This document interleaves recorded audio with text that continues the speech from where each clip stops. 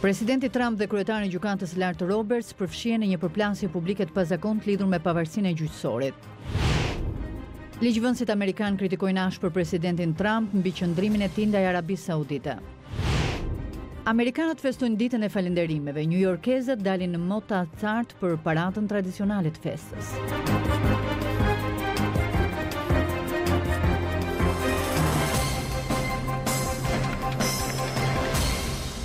Mirëmbrëma dhe mirë se vini në programin e Zërit Amerikës Ditari. Unë jam Menada Zaimi. Në këtë emision do të ndiqnin në Tiranë disa qindra banor të UNAZ-s së re protestuan përpara parlamentit kundër prishjes së ndërtimeve të tyre, 13 policë u plagosën dhe disa qytetarë u arrestuan.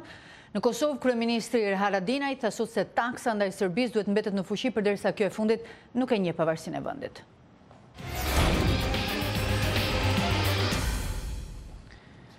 Presidenti Amerikan Donald Trump përshëndeti trupat amerikan me rastin e ditës falënderimeve duke zhvilluar një telefonat me disa prej anëtarëve të forcave të armatosura që ndodhen në Afganistan. Por pas telefonatës, zoti Trump ju rikthye një debati më të fundit të lindur për shkak të bllokimit nga një gjykatë të një rregullore të administratës por politikat mbi azilantët.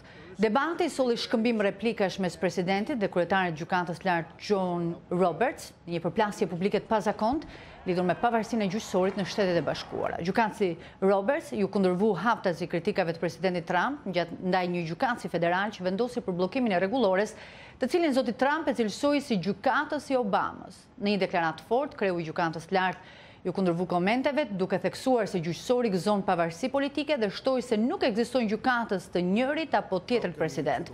Kjo është hera e parë që gjykatësi Roberts, i emëruar nga një president republikan, ka shprehur kritika ndaj presidentit. Në një koment në Twitter, presidenti tha se gjykatësi Roberts mund të thotë shtëdoi, por distrikti 9 i gjyqësorit është tmerr, ka dalë jashtë kontrollit dhe vendimet që merren në këtë distrikt rrëzohen në përqindje të lartë krahasuar me çdo distrikt tjetër, tha presidenti. Ndërkohë, ligjvënësit amerikan nga të dy krahët e politikës kritikuan ashpër presidentin Donald Trump lidhur me deklaratën se Shtetet e Bashkuara do të kenë marrëdhënie të palëkundura me Arabinë Saudite, edhe pse pranoi se princi saudit i kurorës Mohammed bin Salman mund të ketë patur dieni për vrasjen brutale të gazetarit Jamal Khashoggit, gazetës Washington Post. Sipas ligjvënësve, Shtetet e Bashkuara nuk duhet braktisin vlerat themelore të vendit për interesa ekonomik.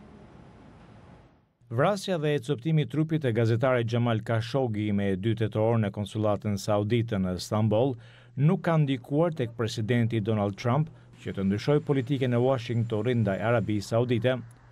Presidenti u pyet të martën rreth njoftimeve se CIA ka vlerësuar me besim të lartë se princi saudit i kurorës urdhëroi vrasjen. Fakti është se ndoshta e bëri, ndoshta nuk e bëri.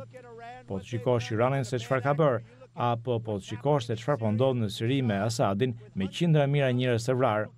Ne jemi me Arabinë Saudite dhe ky qëndrim nuk do të ndryshojë.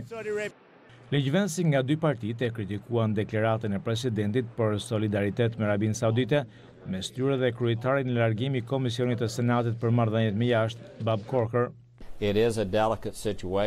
Është një situatë delikate kur flitet për një aleat afagjat që kemi patur për 10 vite, por kemi princin e kurorës, për cilin besoi se urdhëroi vrasjen e gazetarit. Gjua e përdorur tingëllonte sikur ata po shkruanin një deklaratë shtypi për Arabinë Saudite dhe jo për Shtetet e Bashkuara. Senatori i Republikan Lindsey Graham postoi në rrjetin Twitter se Amerika duhet të trajtojë situatat e papërsosura në arenën ndërkombëtare, ndërsa paralajmëroi se kur humbim zërin ton moral, ne humbasim pasurinë tonë më të madhe. Sekretari i Shtetit Mike Pompeo ka kritikuar veçanërisht abuzimin e të drejtave të njeriut në Iran, por në një intervistë në radio të mërkurën, tha se Arabia Saudite ka bërë përparime të rëndësishme në çështje të drejtave të njeriut. Të martën ajo pyet nga gazetarët nëse politika e administratës Amerika e para nënkupton të drejtat e njeriut në fund. Përgjigjja më e mirë për pyetjen është që të flasim për ato që kemi bërë aktualisht. Ka patur përpjekje të mëdha në lidhje me zbulimin e fakteve mbi vdekjen, vrasjen e Jamal Khashoggit. Megjithatë, zoti Trump ka bërë përzgjedhje në përparësi që lidhen me drejtat e njeriut, thot analisti Aaron David Miller. Ne duam që sauditët të mbajnë në kontroll Iranin, të ndihmojnë në arritjen e paqes izraelito-palestineze, duam të theksojmë meritat reformiste të princit, duke mos marrë parasysh faktin se gjithashtu ka urdhëruar shtypin e egër ndaj gazetarëve të shoqërisë civile dhe rolin në vrasjen e zotit Khashoggi. Analisti përmend presidentin rus Vladimir Putin si një shembull tjetër të një udhëheci botëror, me cilin Amerika dhe vendet e tjera vazhdojnë të kenë marrëdhënie, pavarësisht pretendimeve për përfshirjen e qeverisë ruse në vrasjen e gazetarëve, kundërshtarëve politikë dhe ish spionëve. Të shohim të tjera zhvillime. Administrata Trump ka autorizuar trupat ushtarake të dislokuara në kufirin në SBA Meksik të angazhohen në operacione për ruajtjen e rendit dhe nëse do të jetë e nevojshme të përdorin edhe forcë vdekjeprurse. Sekretari i mbrojtjes Jim Mattis konfirmoi dje për gazetarët se kishte marrë urdhër të nënshkruar nga shefi i stafit të Shtëpisë së Bardhë John Kelly, por jo nga presidenti Trump, ku lehtësoheshin në rregullat për angazhim të trupave ushtarak. Sekretari Mattis theksoi se ushtarët do të kishin buroja dhe shkupi gome dhe shtoi se trupat në kufi nuk janë të armatosur. Shefi i Pentagonit tha se ai ka fjalën e fundit lidhur me përdorimin e forcës nga trupat e ushtrisë në kufi.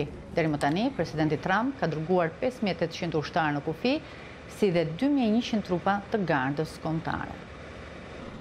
Kreu i Agjencisë Ruse për zbulimin ushtarak, GRU, i akuzuar në të shkuarën për ndërhyrje në zgjedhjet presidenciale amerikane të 2016-s, vdiq dje në Moskë. Ministria Ruse e Mbrojtjes njoftoi se Igor Korobov, i cili u bë objekt i sanksioneve amerikane, vdiq mbrëm pas një sëmundjeje të zgjatur, të rëndë, një fjali që zakonisht në Rusi përdoret për të nënkuptuar sëmundjen e kancerit. Ai ishte 62 vjeç. Shtetet e Bashkuara dhe aleatët e tyre patën akuzuar agjencinë që drejtonte zoti Korobov për hakerim gjatë zgjedhjeve presidenciale të 2016-s, si dhe për sulmin me agent nervor kundër Sergej Skripalit, ish spion rus me banim në Britani. Kremlini ka hedhur poshtë akuzat duke i cilësuar si fushat shpifjesh nga perëndimi.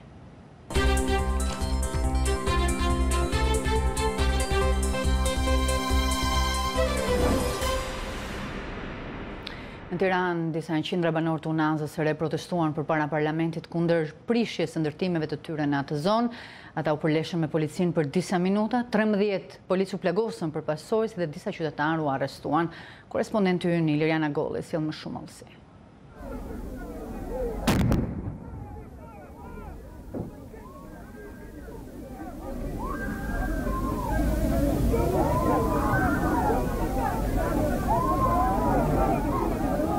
Një policie u plagos sot më rënd nga gjithë të tjerët prej lëndëve shpërthyese që u përdorën sot gjatë protestës së banorëve të Unazës së Re.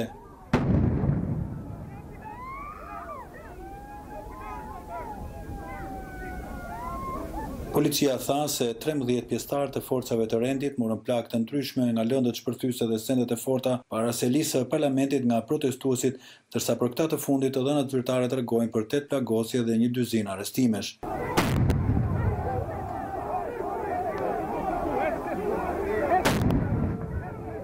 Shashkat e tymuse të shumta u hodhën drejt oborit parlamentit ku ishin rreshtuar forcat e policisë, të cilat mbrapsën disa përpjekje të protestuesve për të çarë me forcë kordonin e krijuar prej tyre.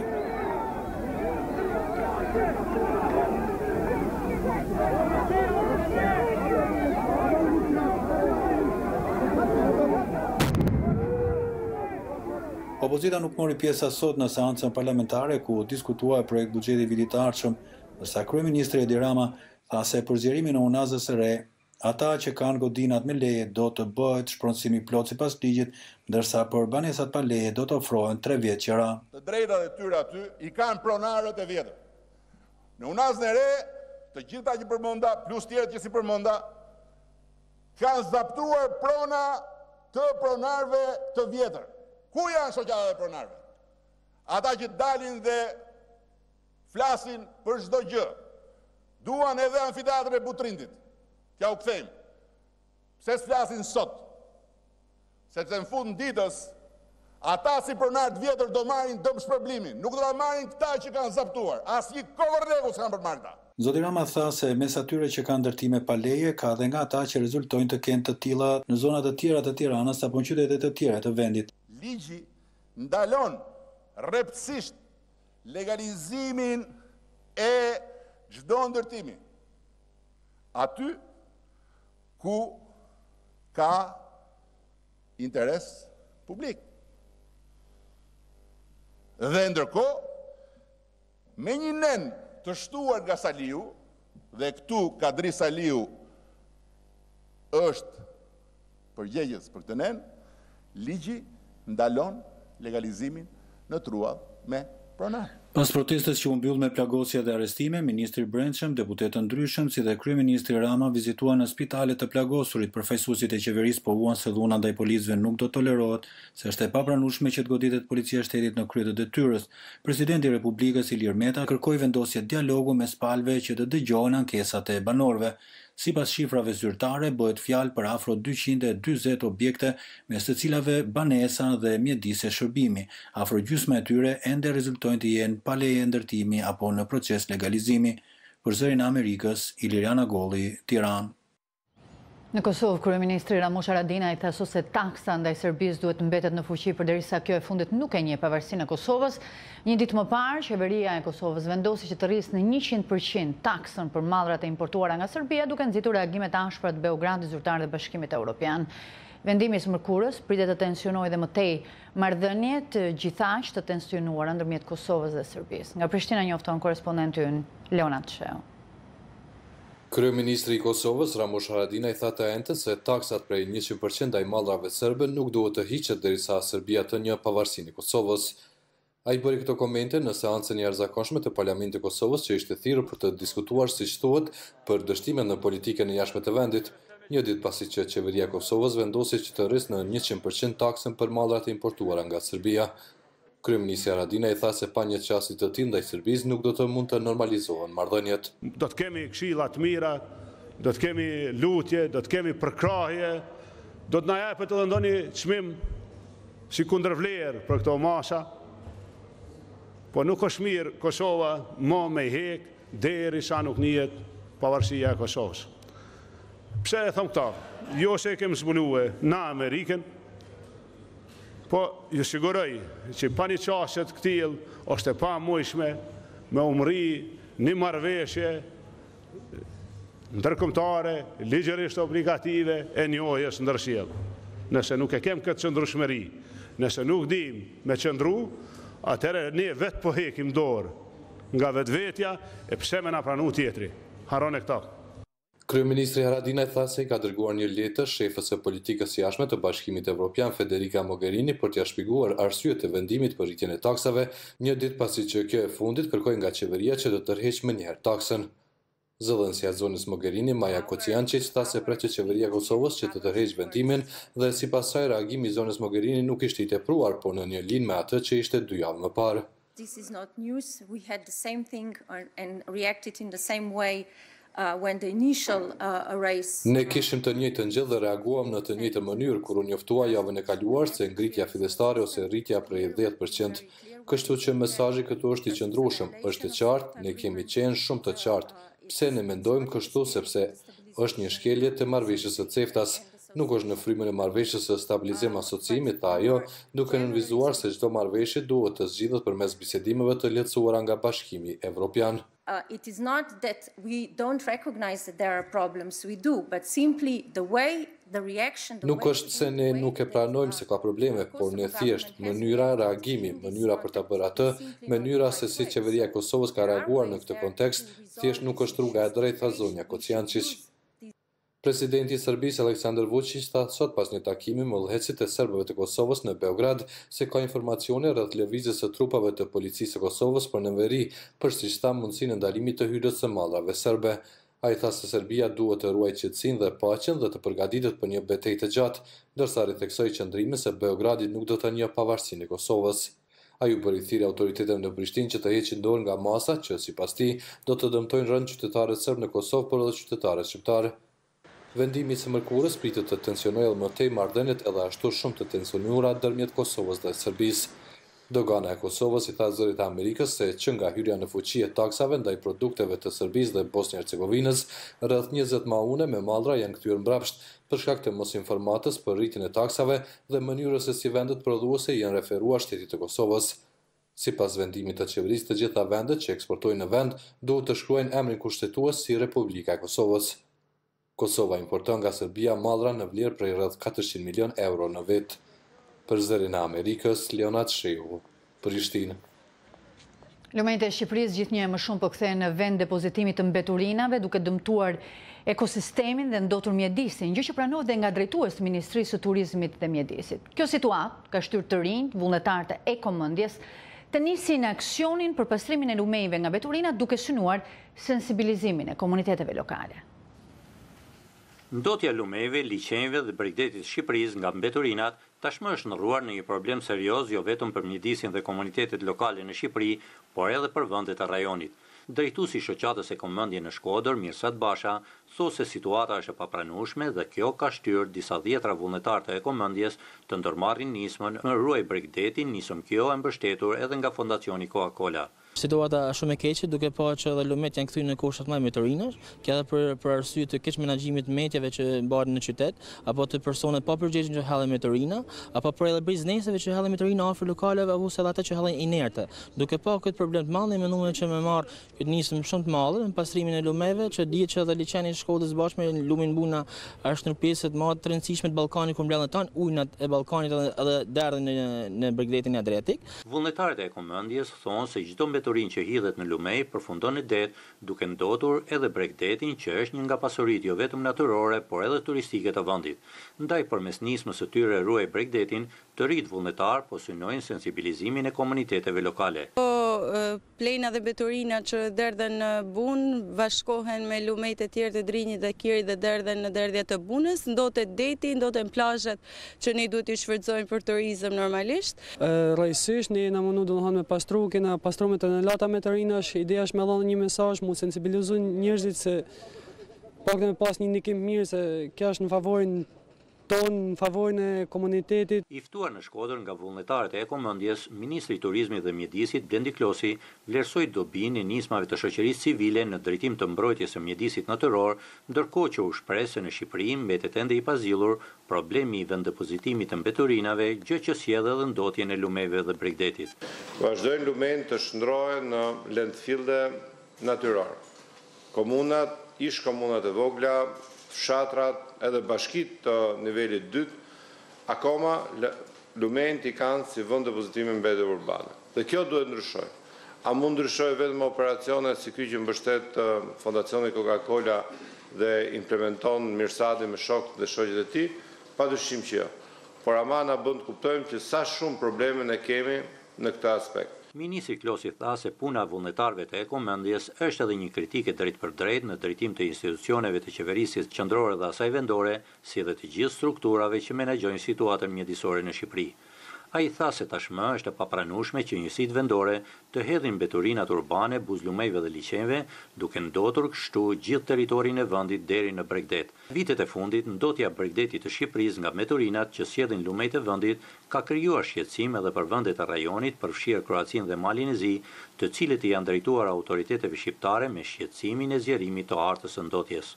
Për Zërin e Amerikës, nga Shkodra, Pullum Sulo.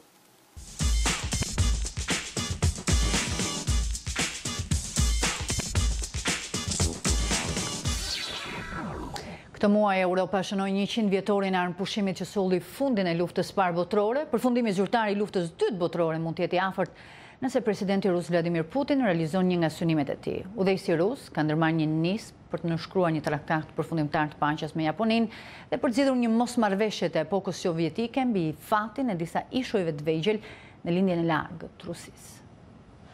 Vizita në ishullin Sakhalin të kujton ndryshimin e fateve të perandorive.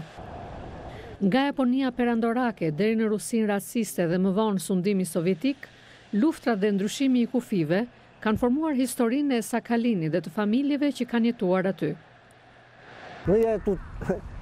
Kam lindur dhe jam rritur këtu. Deri në moshën 7 vjeçe u rrita nga një familje japoneze. Prindrit e Siro Katas qëndruan në Sakhalin pasi forca sovjetike morën kontrollin e plotë të ishullit në ditët e fundit të luftës së dytë botërore. Ai vetë mësoi rusisht dhe më pas u bashkua me ushtrinë sovjetike për të mbrojtur ishullin nga japonezët. Japonezët do të vinë që andej, kështu na thoshin gjatë stërvitjeve.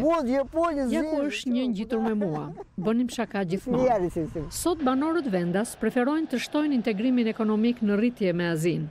Ndërsa Kremlini ka investuar shumë në ishull, industritë e naftës, gazit, peshkimit dhe turizmit të Sakhalinit janë të gjitha të mbështetura tek investimet e huaja dhe vizitorët. Është bërë një rrugë gjatë nga ditët kur territori sovjetik ishte i mbyllur për të huajt. Ishim pjesë e Bashkimit Sovjetik. Ne ndërtonim qytete dhe fabrika. Njerëzit vinin këtu për të jetuar dhe punuar. Kur isha në zënës shkolle, nuk isha fare interesuar nëse kishim marrëdhënie me Japoninë apo jo. Por komuniteti korean i Sakalinit nuk e ka harruar historinë. Historia e familjes sime është tragjike, por ajo tragjedi nuk na preki vetëm ne. Po të pyesësh çdo familje këtu ka të njëjtën histori. E sjell në Sakalin si kraj lirë pune nga japonezët, diaspora koreane e ishullit u mbajt e izoluar nga vendi i tyre deri në shpërbërjen e Bashkimit Sovjetik. Edhe sot procesi i ribashkimit të familjeve dhe kërkesat e paplotësuara të dëmshpërblimeve nga Japonia janë plagë të hapura për shumë njerëz.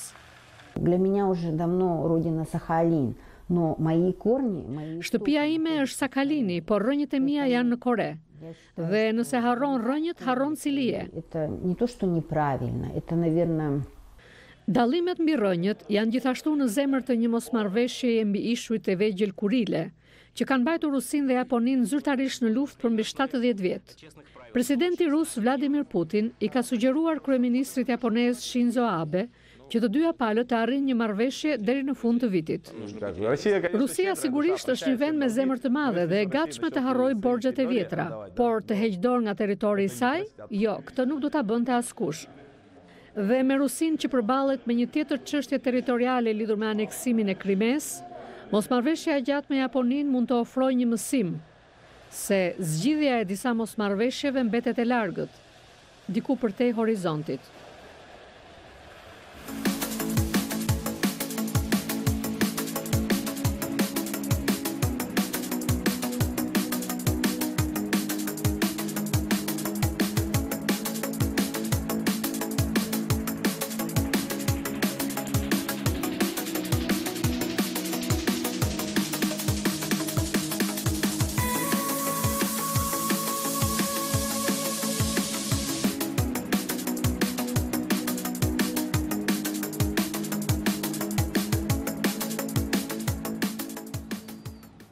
Organizata Operation Homefront u shpërndan ushqime për ditën e falënderimeve familjeve të ushtarëve në zonën e Washingtonit, që kur ky program filloi, kjo organizatë ka dhuruar qindra mijëra vakte.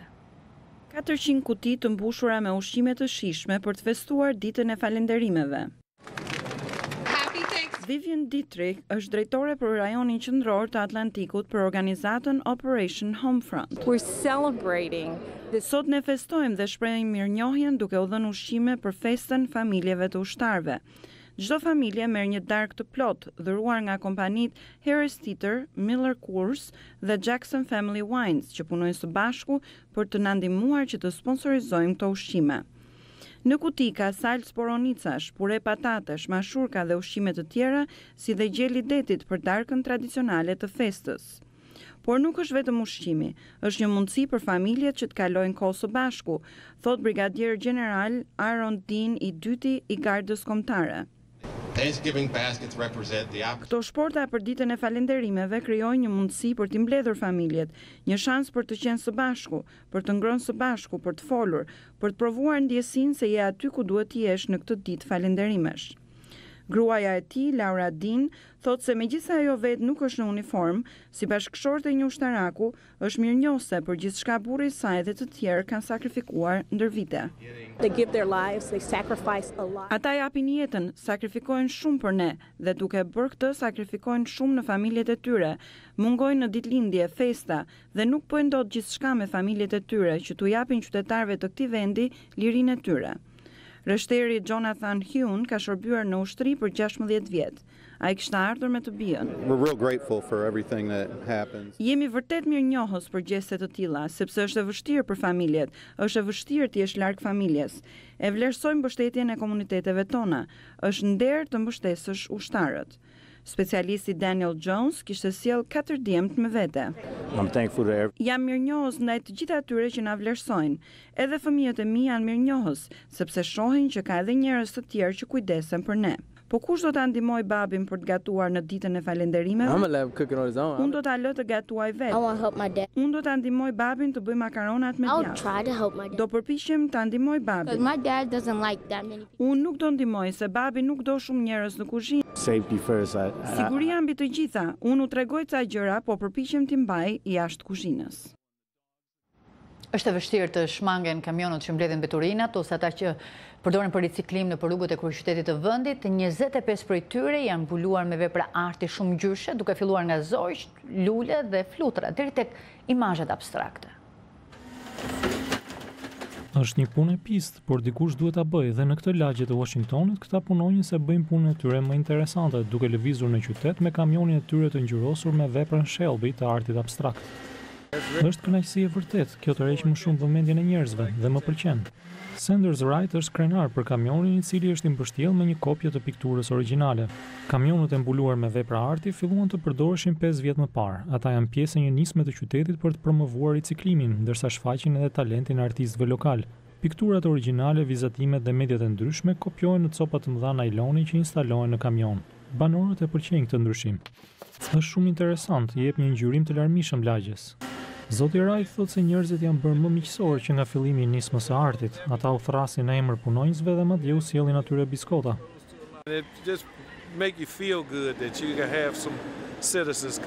Ndjehemi mirë kur disa qytetarë ose fëmijë thonë është një kamion i bukur, më pëlqen ky lloj arti, prandaj i bie Boris dhe i falenderoj ata. Mendoj se dizajni i artit në kamion është shumë i mirë, është një mundësi për artistët që të shfaqin talentin. Mes këtyre piktorëve është edhe Michael Crosset. Kjo është një mundësi që punimet e mia të artit të vendosura në një kamion të shihen në një sër komunitetesh. Zoti Crosset ka pikturuar imazhin origjinal mbi fotot që përfshin ndërtesën e Kongresit Amerikan. Është në të vërtetë një kombinim i ndoshta 250 imazheve që pastaj u digitalizuan për t'u vendosur në kamion. Piktura tregon gjallërinë e Washingtonit. Elementi ndërkombëtar i Washingtonit është shumë politik dhe është një botë tjetër kur jeton këtu dhe je banor i qytetit, kështu që pikturat e mia zakonisht tregojnë jetën e rrugës dhe energjinë që ekziston në Washington. Zoti Crosset madje përshëndet papastërtitë dhe mbeturinat e parashikueshme në imazhe. Grit and garbage is part of city living, and I think having my art mixed in with that is a perfect thing. Unë përdor imazhe të zhavorit ose të betonit për të theksuar punën time, kështu që në fund mendoj se kjo është një ndërthurje e përsosur ku disa mbeturina i shtojnë ngjyrimin e artit tim. Some trash will add to the color of my art. Me kalimin e kohës, për shkak të kushteve të ashpra, arti në kamion duhet të riinstalohet çdo 2 vjet. Rikthehemi dhe njëherë ditës së falënderimeve në qytetin e New Yorkut. U zhvillua sot parada e përvitshme organizuar nga rrjeti i dyqaneve të shitjeve me pakicë Macy's, pavarësisht temperaturave të ulta rekord dhe erave shumë pranë nivelit të rrezikut për balonat e mëdha. Policia njoftoi se në rast përkeqësimi të kushteve atmosferike, balonat e mëdha do të ulen në një lartësi më të ulët ose do të hiqen fare.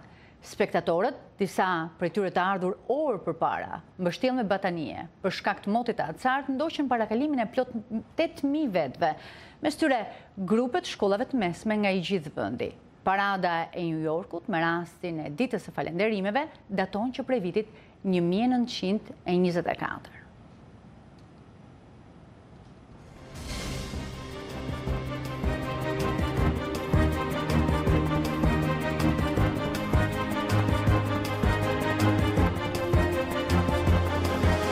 Nderuar teleshikues, se kemi përfunduar këtu këtë edicion informativ. Unë ju falenderoj që na ndoqët. Natën e mirë.